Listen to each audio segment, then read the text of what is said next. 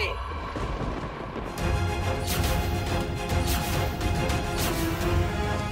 ভর সন্ধ্যেবেলা ছাদে উঠে তোরা কি করছিস? আমরা ওই তো টাইটানিক মুভিতে যেভাবে জ্যাক আর রোজ দাঁড়িয়েছিল এরকম পোজ দিয়ে ওইভাবে দাঁড়িয়েছিলাম। তারপর তো জাহাজটা সেই বরফে ধাক্কা খেলো আর ভেঙে একদম চুরমার হয়ে গেল। আপনিও যা জোরে চিৎকার করছিলেন না, আমি তো আপনার গায়ে ধাক্কা খেয়ে ভেঙে চুরমার হয়ে যেতাম। ঠিক যেমন করে এ বাড়ির মান সম্মান তুমি ভেঙে চুরমার করে দিচ্ছ। না মা, আমি একটা কথা বুঝতে পারছি না, এই ছাদে ওঠা নিয়ে মান সম্মানের প্রশ্ন কোথা থেকে উঠছে? আরে বাবু, এই পাড়ার লোকজন বাড়ি বয়ে জানাতে এসেছে যে আমার গুণধর ছেলে আর তার ছেলের বউ ছাদে উঠে ভর সন্ধ্যেবেলা আমার মুখে বলতেও রুচিতে বাজছে।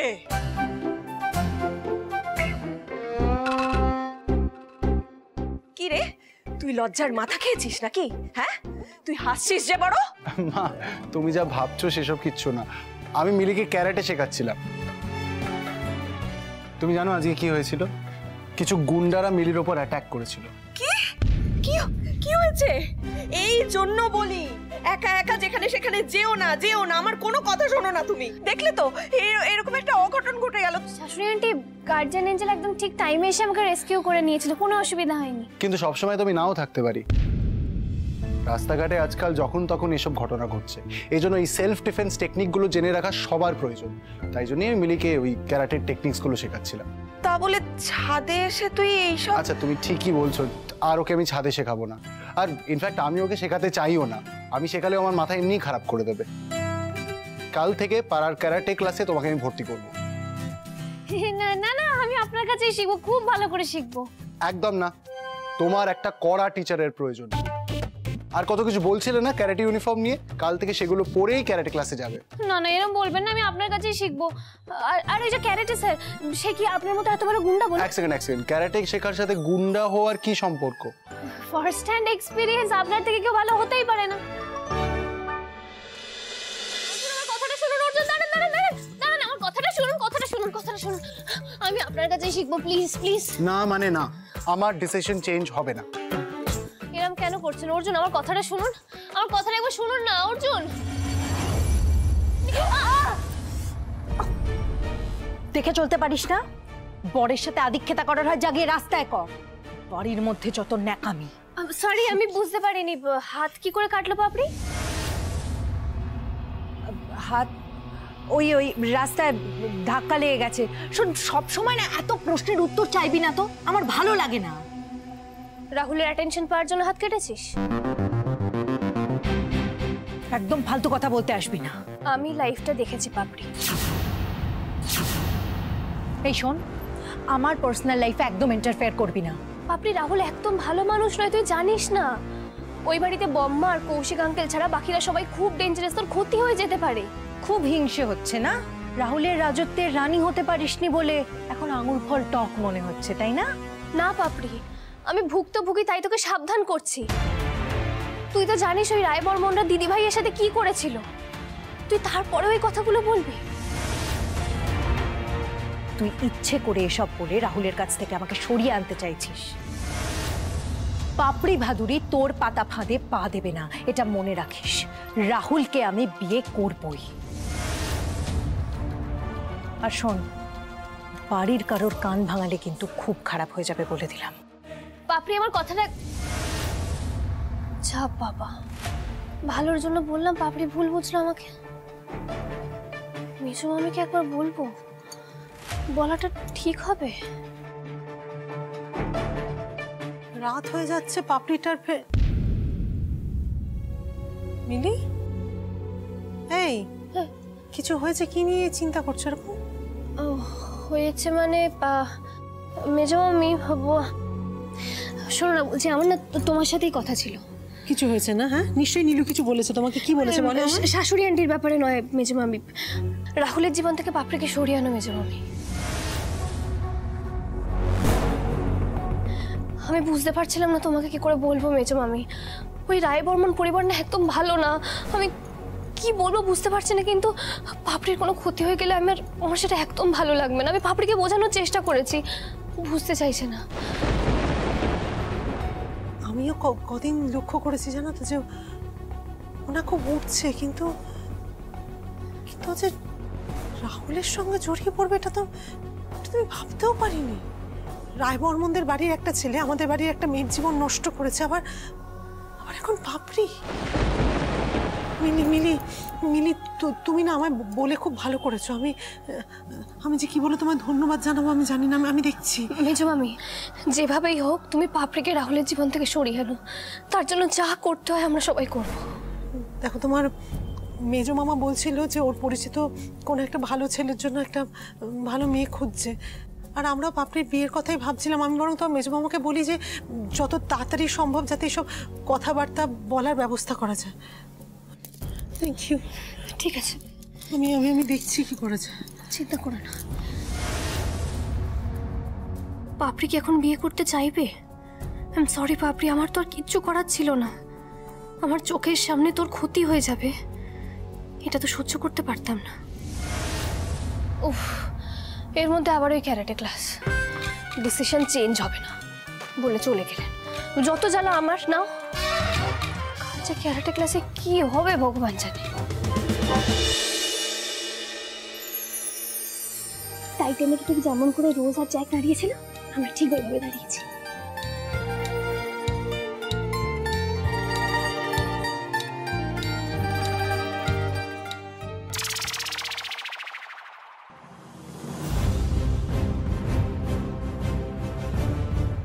হ্যালো, হ্যাঁ আমি অর্জুন সান্যাল বলছি। আমি আমার বউকে আপনার ক্যারাটে ক্লাসে ভর্তি করতে চাই। তাহলে আমি কালকে ওকে নিয়ে আসি আপনার কাছে।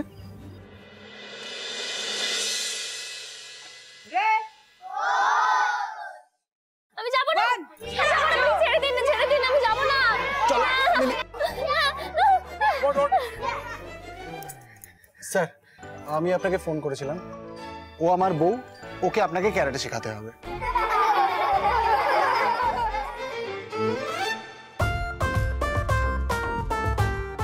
সাইলেন্স।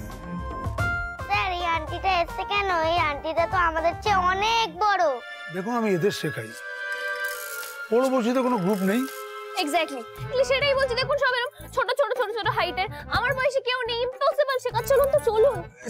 স্যার, আমার কোনো আপত্তি নেই, আপনি ওকে বাচ্চাদের সাথেই শেখান। এমনিতেও তোমার বুদ্ধির সাথে বা তোমার হাইটের সাথে এই বাচ্চাদের খুব একটা পার্থক্য নেই। আমার ভালো লাগছে না, কিন্তু বাড়ি চলুন। সাইলেন্স। আমার ক্লাসে এসব অসভ্যতামি চলবে না।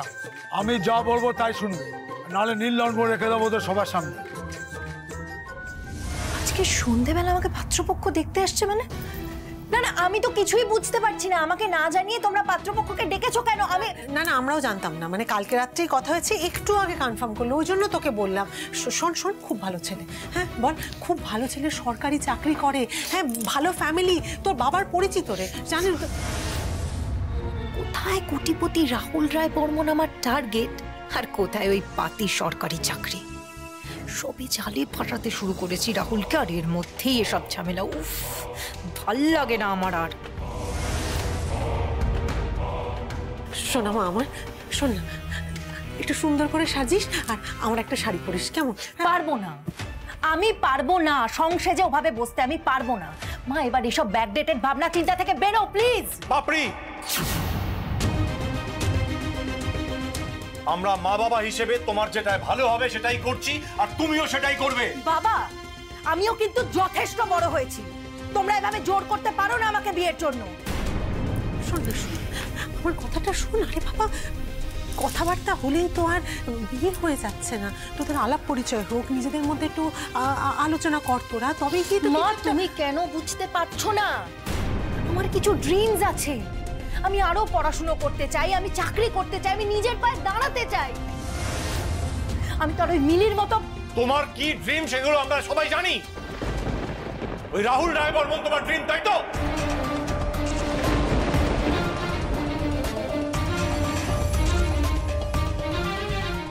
ওই সমস্ত লোক দেখানো বড় লোক কি চাল তোমার চাই, তাই তো? এখন কি ভেবেছো নাকি তুমি রাহুল রায় বর্মন তোমার ড্রিম?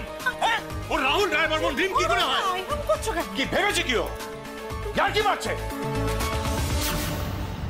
স্যার, আমি ওকে আপনার হাতে তুলে দিলাম। এবার ক্যারাটে শেখাতে গিয়ে আপনি যদি ওকে চড় থাপ্পড় মারতে চান, মারতে পারেন, আমার কোনো আপত্তি নেই।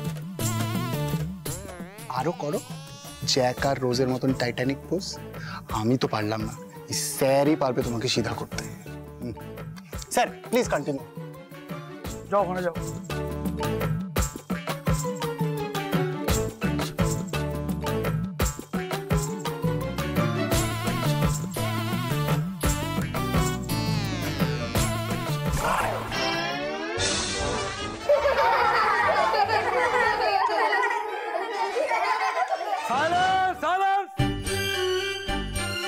ক্যারাটের ফার্স্ট রুল হলো discipline, then concentration and dedication. আমি হলাম হাঁটু মুড়ে মারিছি। আমার ক্লাসে আমি কোনো ডিস্টার্বেন্স টলারেট করি না। ইয়াদবি দেখলেই এক পা তুলে কান ধরে দাঁড় করিয়ে দিই, অথবা হাঁটুর তলা দিয়ে হাত ঢুকিয়ে কান ধরিয়ে বসিয়ে রাখি।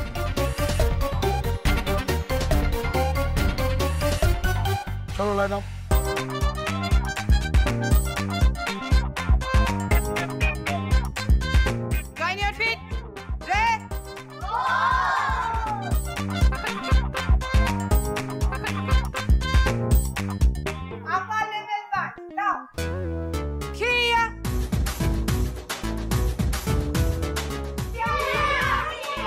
কি ওখানে দেখছো?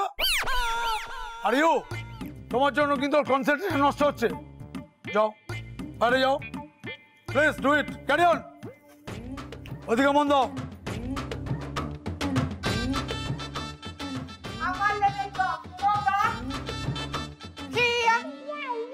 ওকে, গমে গমে গমে গমে গমে গমে। আমি যেটা এখন দেখাচ্ছি এই জেস্টারটা তোমরা ভালো করে প্র্যাকটিস করো। আমি একটু বাইরে যাচ্ছি, ওখান থেকে এসে আমি ওখানে দেখবো। Now do it. It is called Hiza. Kriya.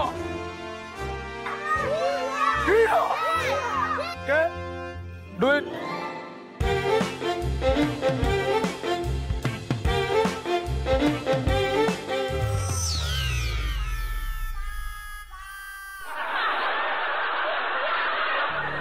সবাই আমায় ইনসাল্ট করছে এখানে। গার্জিয়ান অ্যাঞ্জেল আমায় ফেলে রেখে চলে গেল। খুব পচা গার্জিয়ান অ্যাঞ্জেল। কে বলেছে? কে বলেছে আমার নামে এসব বানিয়ে বানিয়ে কথা? হ্যাঁ, কে বলেছে? ওই মিলি, তাই না? এই জন্য ওকে আমি দু চোখে দেখতে পারি না। অসভ্য একটা মেয়ে আমার নামে কান ভাঙিয়েছে তোমাদের, আর সেই জন্য তোমরা তাড়াহুড়ো করে আমার বিয়ে দিতে উঠে পড়ে লেগেছো, তাই না? যদি বলেও থাকে মিলি, যদি বলেও থাকে সেটা তোমার ভালোর জন্য বলেছে। একদম মিলির নামে কোনো খারাপ কথা বলবে না। বিয়ের বয়স হয়েছে তোমার, তাই আমরা তোমার বিয়ের ব্যবস্থা করছি, এটা আমাদের শেষ কথা। তোমার আর কোনো কথা শুনতে আমরা রাজি নই, ঠিক আছে? তুমি এভাবে কথা বলছো? আচ্ছা ঠিক আছে ঠিক আছে, আচ্ছা আচ্ছা রেগে যাস না, খামোক্কা রেগে যাস না। শোন আমার কথাটা শোন, আমি তো তোকে বলছি কথাবার্তা বলা মানে তার বিয়ে হয়ে যাওয়া নয়। আগে একটু দেখা হোক ছেলেটাকে, তুই আগে দেখ কেমন, দেখ না সেটা, দুজন একটু আলাপ পরিচয় হোক না। এরকম করিস না, দেখ আমাদেরও তো ইচ্ছে করে বল তোর বিয়ে দিতে। হ্যাঁ ইচ্ছে করে তো। সোনা মেয়ে আমার, সোনা মেয়ে একটা। শোন না মিষ্টি করে সাজবি। হ্যাঁ আমার একটা সুন্দর শাড়ি পরে মিষ্টি করে সেজে তৈরি হয়ে থাকবি, ঠিক আছে? রাগ করিস না। এবার তুই দেখ মিলি আমি তোর সাথে কি করি।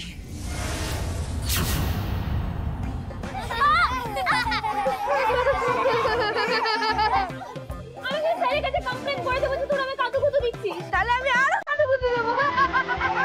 No shouting, silence. Up. Silence. তো ছোট ছোট বাচ্চারা প্র্যাকটিস করছে, কোনো অসুবিধা হচ্ছে না। তুমি পড়ে গেলে stand up. Stand up. এসব all to see মানে কিন্তু এখানে চলবে না। এখানে only practice and more practice. আমি যেটা করে দেখাচ্ছি সেটা সবাইকে করতে হবে।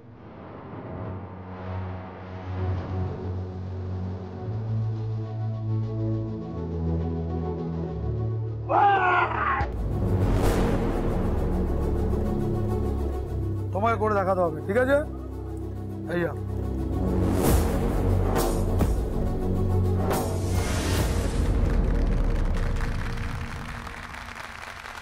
গুড। মিলি টেকনিকটা শিখে নাও, এটা ইজি ব্যাপার। স্যার এতে আবার টেকনিক শেখার কি আছে? ওইটুকু বাচ্চা ভেঙে দিলে আমি তো ইজিলি ভেঙে দেবো। আপনি আনুন। এসো এসো সামনে।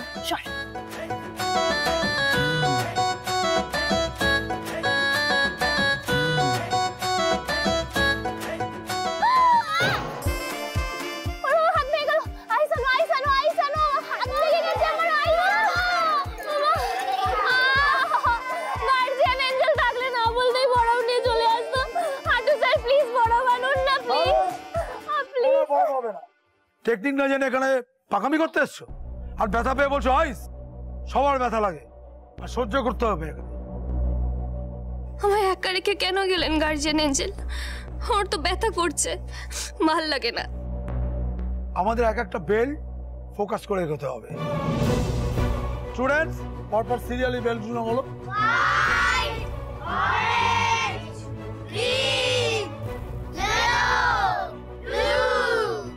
Stop stop. এই বেল্টের জন্য এত হাহু হুহু করতে হবে? আমি বেকার বেকার নার্ভাস হচ্ছিলাম, হাতের পর পায়েও লাগবে ভেবে। শুনে নিয়েছো মিলি, আমাদের আপাতত ব্লু বেল্ট পর্যন্ত ফোকাস করে এগোতে হবে। স্যার, এই বেল্টগুলো নিয়ে আপনি একদম চিন্তা করবেন না, সব কটা বেল্ট আমার কাছে আছে, সবগুলো। মানে তোমার বর তো বলেনি তোমার এতগুলো বেল্ট আছে? আমার বর তো অর্জুন গুন্ডা, ও তো খুব বিজি, ওর মাথায় সব কিছু থাকে না। আমি তো বলছি আমার কাছে আছে, আমি আপনাকে এনে দেখাবো সবগুলো। তাহলে তুমি এরকম প্যাচ খেয়ে পড়ে গেলে কেন? নিজের ব্যালেন্স রাখতে পারলে না? মিথ্যে বললে কিন্তু হাঁটু মুড়ে মারিছি, আর ক্লাসে অ্যালাউ করবে না। তাহলে আমি এক কাজ করি, আজকে বাড়ি চলে যাই, কালকে সব কটা বেল্ট এনে আপনাকে দেখাবো, তারপরে আপনি শেখাবেন আমাকে। মিলিও না অর্জুন গুন্ডার মতো, কখনো মিথ্যা কথা বলে না, নেভার।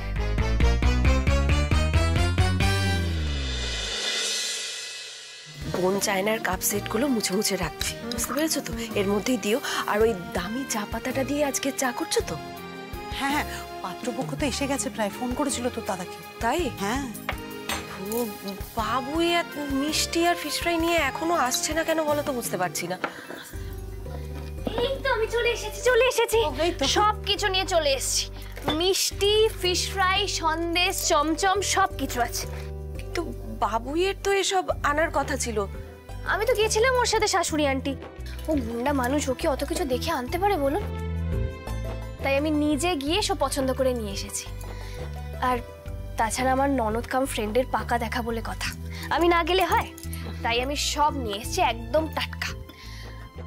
আপনি বলেছিলেন না আমাকে এবারে যোগ্য বউ হয়ে উঠতে হবে, আজকে দেখুন না আমি একদম সব পারফেক্ট করবো, কোনো চিন্তা হবে না আপনার। তাই শোনো, বাইরের লোকজন আসবে, একদম বাড়াবাড়ি করবে না কিন্তু। আরে অপর্ণা কোথায় গেলে? ওনারা চলে এসেছেন তো। চলে এসছে, চলো চলো চলো। বড়দা, মা তাড়াতাড়ি এসো। ও এসে পড়েছেন মা, এসো বসুন বসুন।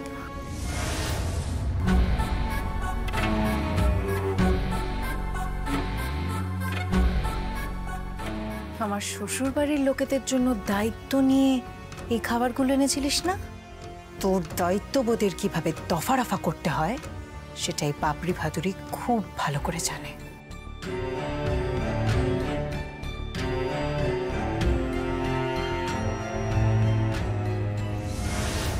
এই আমার অর্ধাঙ্গিনী, আমার মেয়ে, জামাই, আর এই আমার একমাত্র পুত্র কিংসুক। হ্যাঁ, তোমার কথা তোমার বাবার মুখে খুব শুনেছি, উনি তো তোমার খুব প্রশংসা করেন।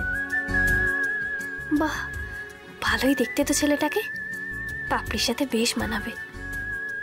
কিন্তু আমার অর্জুন গুন্ডার থেকে কম ভালো দেখতে। গার্জিয়ান এঞ্জেল 10 on 10 হলে এই ছেলেটা 10-এ 9.5। ইনি হচ্ছেন আমার বড়দা। বড়দা উনি মিস্টার সেনগুপ্ত, আমার ব্যবসায়িক সূত্রে ওনার সাথে আলাপ। আমার মা, আমার স্ত্রী, আমার ভাইয়ের বউ, আর এই যে আমার বোন, আর ও হচ্ছে আমার বোনের ছেলের বউ মিলি। বাবা, বোনটাও আবার এই বাড়িতেই কেড়ে বসেছে ছেলে আর বৌমাকে নিয়ে। এ কেমন বাড়ি মা? জানি না বাবা, আমি তো তোর বাবুকে আগে থাকতেই বলেছিলাম আমি আসবো না। বস্তির সামনে বাড়ি, এই বাড়িতে ছেলের বিয়ে দিলে মান সম্মান থাকবে। থাক থাক থাক বাবা, ভালো থেকো। আমার নাত বউ, ও তো পাপড়ির সঙ্গেই কলেজে পড়তো, একসঙ্গে, খুব বন্ধু। তাই বুঝি? কি করা হয় তোমার? আমি তো এখন এবারই যোগ্য বউ হওয়ার ট্রেনিং নিচ্ছি। এছাড়াও আমি কিন্তু ক্যারাটেও শিখছি এখন।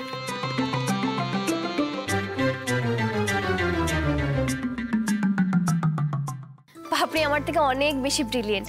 এই তো আমাদের পাড়ার সেরা শ্রীমতী হলো, পাপড়ি ওখানে চা করায় ফার্স্ট হয়েছে, ভাবতে পারছেন? আমি আর পাপড়ি তো গ্র্যাজুয়েশনের সময় এক কলেজে পড়তাম। তখন আমাদের কলেজে যা হতো সব কিছুতে পাপড়ি নিজে মেকআপ করে দিত। She is an artist. ওই তো পাপড়ি এসে গেছে।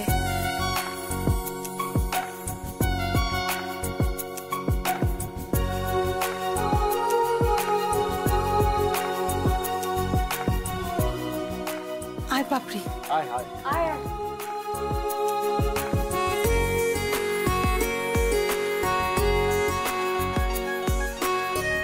এই নিন, এবার একটু সবাই ফিশ ফ্রাই খেয়ে হ্যাঁ, আরে নিন না, নিন।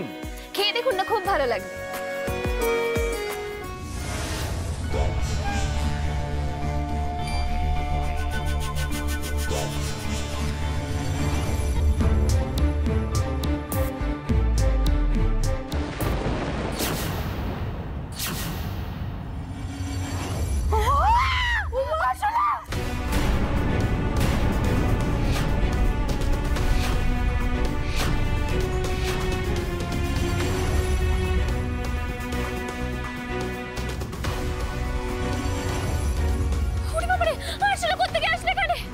আরে কি হচ্ছে কি?